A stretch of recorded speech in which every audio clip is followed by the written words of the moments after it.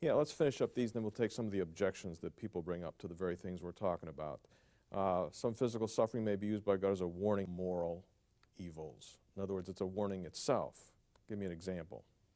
A warning pain is an example. Here's a physical pain that's warning you to avoid a greater physical pain. There might be a physical pain that's warning you to avoid a greater moral pain, where God might send some physical calamity, as he did in the Bible often, to warn people of greater judgment that's going to come if you don't repent. Some evil may be permitted as a condition of a greater moral perfection. We don't like that one, but it's a real true. It's a real true point. Tribulation works patience. There's no way to get to the promised land without going through the wilderness. Yeah, I mean, you watch Monday Night Football, the athletes will tell you that, right? No pain, no gain. Yeah. Some physical evil occurs because higher forms live on lower ones. What does that mean? The early bird gets the worm, and the early worm gets eaten. But that doesn't seem like, in one sense it's true, in another sense it's just fair. What are you actually saying is behind that? Well, you know, hey, even the vegetarians who want us not to eat any meat have to eat plants. Something's got to die that we can live. We live in a physical world where we have to take in energy. So the higher forms are going to live off the lower forms. It's for the greater good of the whole system that higher forms can live off of lower forms. So that what we call an evil to the lower form is part of a picture of greater good. All right. Now what we're talking about is God has thought this whole thing through, and for the good of freedom has come up with a package, if you want, that has certain dangers with it. And let's take some of the objections to what we just brought out, and let's answer them.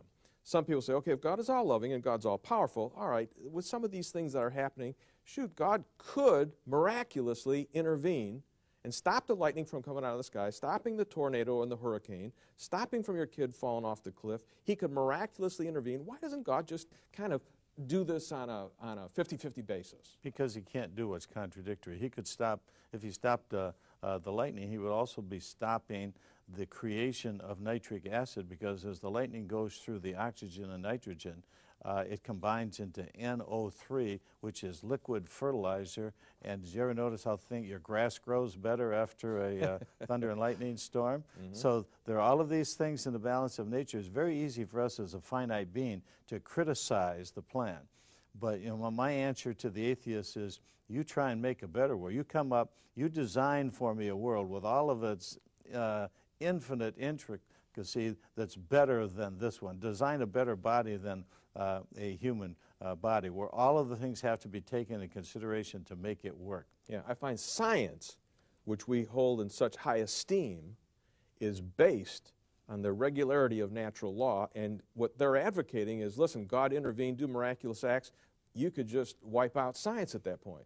Sure, if you, let's say, suspended the law of gravity in order to save someone miraculously from falling off a cliff, and then everybody in the world who was drinking water went up their nose and choked them all, and they died of choking. And you see the incredible amount of consequences that come once you start disrupting. Furthermore, if you disrupt nature regularly, then it's no longer a miracle, because what happens regularly is a natural law. You have to have a natural law as a basis for miracles. God does do miracles, but he does them only occasionally and rarely, because if they were done more regularly, one, we wouldn't learn anything from our actions, because they would always be miraculously intercepted.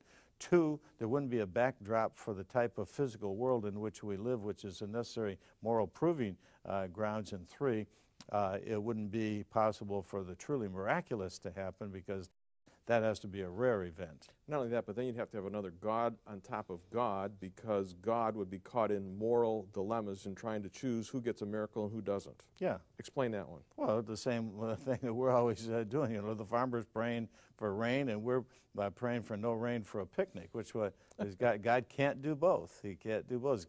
It's got to either rain or not rain. So since God can't do what is contradictory, since it's a moral proving ground, since it's a moral pain is a moral lesson to achieve his ultimate moral goal, if you consider all those factors, this is the best kind of world to produce the best world.